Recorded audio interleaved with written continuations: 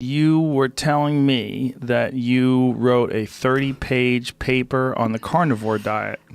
It's not a paper. Well, I definitely spent a lot of time. 30 pages. I thought about it for a long time. Yeah. And yes, there's 30 pages of thoughts and references. Were you stunned that this became, I mean, this is a very recent thing that Yeah. people are just eating meat.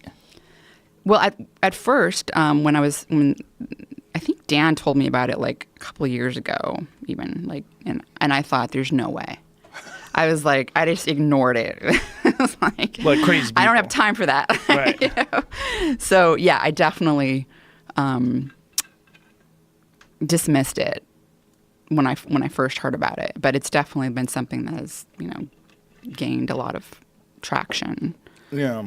Since. Does it disturb you that it's gained traction? Well, I definitely have concerns. I think that the most important question really is what is attracting someone to try such a very restrictive diet, that potentially could be dangerous without published evidence or any sort of long-term studies and things like that.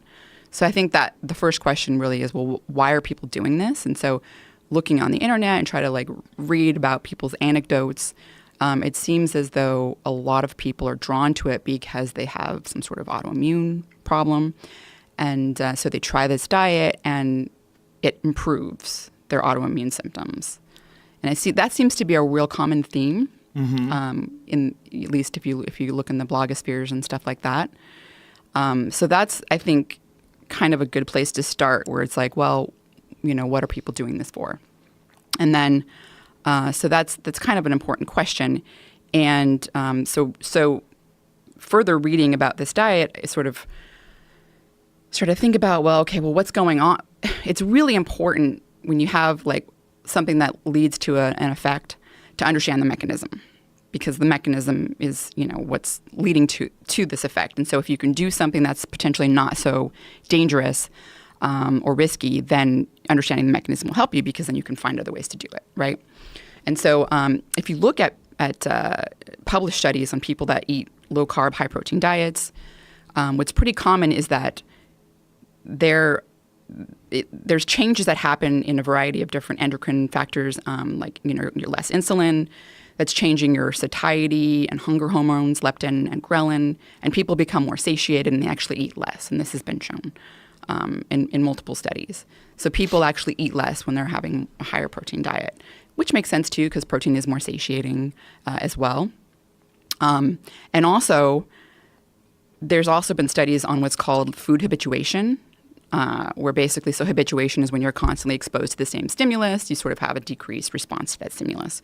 Where there's been intervention trials where people are given the same food every single day, both non-obese and obese people, versus people that are given the same food once a week. And the people that are given the same food every single day, they start to eat less calories. So they start to eat less, naturally start to caloric restrict themselves. And it's kind of like a dietary monotony sort of thing. So I think if you read, and the people out there on the blogs talking about this diet, they say, I'm eating less, I only eat twice a day, I'm fasting, so people are talking about that as well. Mm-hmm. So I think there's published evidence to kind of explain that, and also there's, people saying, yeah, I eat less.